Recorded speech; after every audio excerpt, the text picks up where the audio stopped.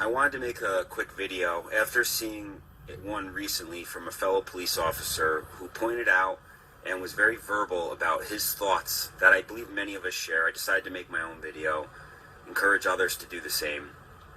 What we've seen in recent months is none other than what I believe is going to be viewed as one of the biggest power grabs in American history. We've seen the Constitution seemingly suspended and constitutional rights of citizens tossed aside under the guise of safety and security, something that we've seen before as well. You know, I swore an oath to the Constitution against all enemies, foreign and domestic, and I stand on that oath, and I will continue to stand on that oath, and there is not a human being that can alter my oath between myself and the Constitution, myself and God. You know, choice means having multiple options. If you find yourself only looking at what you see on one news source or the other, that's not choice. You're just falling in line.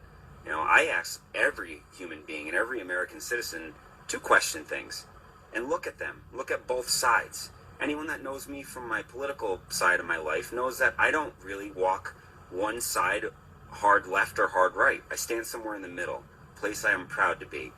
But you have to look and at least acknowledge some of these videos where we have doctors out there talking about some things that are inconsistent with what you're seeing in mainstream media.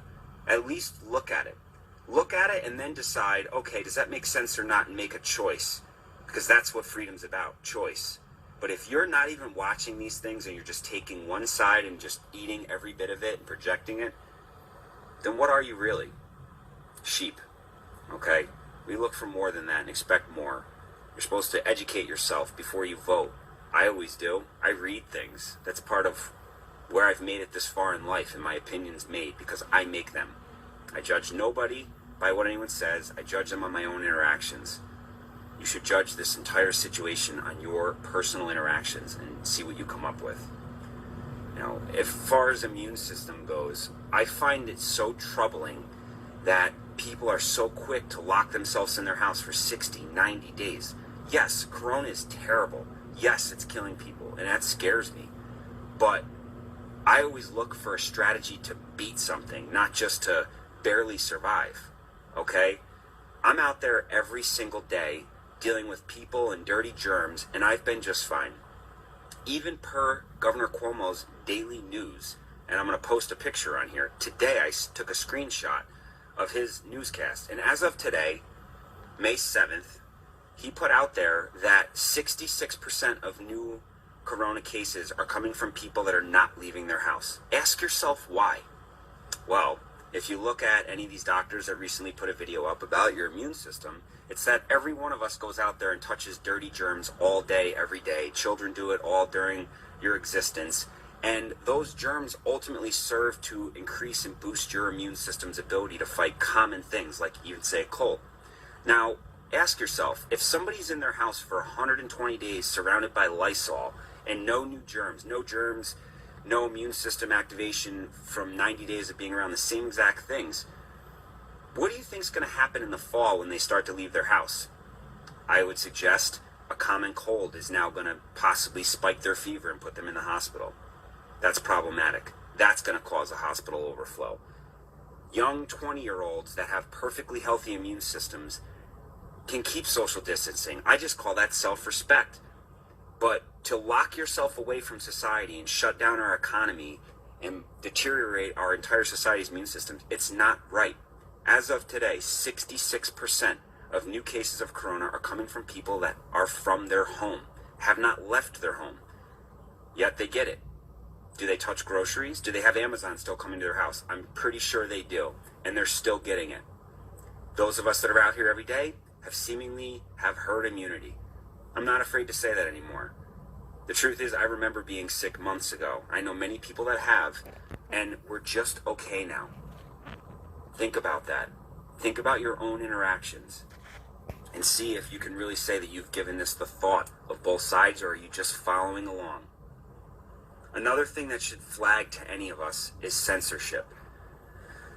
I've been censored more times in the last 2 months than I have ever in my life. And when I say censored, I mean I put things on Facebook. I'm not getting a notice that says, hey, you violated our policy, this can't be on there. That hasn't happened to me one time. I don't even know what that looks like. But I know that I've communicated with people, and within a couple volleys of thread in the public setting, the entire thread disappears, and that's just that. Last time it happened to me was yesterday. I was in communication with a young female who basically pointed out some inconsistencies in the media. Scrolling through, I said, you're exactly right. Look into this. She said something, I said something, entire thread disappeared. She then reached out to me and said, did you erase it? No, I didn't. She's confused. How did that just happen? That's never happened to her before. I told her, welcome to the club. The censorship going on right now on social media is alarming. It should alarm you. Videos are being taken down under the guise of for public safety. And here's another point that fires me up to no end. When you have men in power literally saying that you are not allowed to protest during the pandemic. You're not allowed to protest during the pandemic? You're right. You don't want people on top of each other. But then you need to stop making laws and changing things. The entire American system of government is based on the fact that you work for the people. And when you push the people too hard, they come together and tell you you need to knock it off. So when you're saying you cannot exercise that hugely important American right, but you're still continuing to make laws and change things and implement changes that have far-reaching effects, do you see the monopoly here? Don't protest, not allowed to protest, don't leave your house, but we're going to change X, Y, Z. And then suddenly I see Bill Gates, suddenly in charge of New York education. He's got no background in that. He's a good computer guy. I don't buy any of this. You want to change our entire way of life based on something that has a kill. It does kill, but at a smaller number than they've projected. And some people are willing to change our entire way of life. I despise every single time I'm forced as a healthy person to walk around here with a mask on. I don't like it. It's unconstitutional. It is completely unconstitutional. So if you're okay with it, at least be able to admit and say, yes, it is unconstitutional, but I support breaking the Constitution from time to time. But don't sit here and say somehow that anybody that dissents your opinion that you should be locked in your house for 3 months or 4 months is somehow not supporting the team. I'm out here supporting the team every day. I've served in combat theaters all over this world. And there's that other point I wanted to make. This other police officer did too. He's an Army Special Operations operator, and now he's a police officer. And he brings a great point, and it hit me hard this morning when I watched his video. He says flat out, how terrible combat is, and that a lot of these people don't understand how close it could be when you really start trampling on people's rights for them to rise up. That is part of the American spirit. And we're seeing these people start to talk, and the chatter's up, hence, all the suppression on social media. I've been overseas and I've been in combat, and it's terrifying. And that was in a country that has been abused for hundreds of years under a complete and utter dictatorship. And with old equipment and limited supplies, they put up one heck of a fight.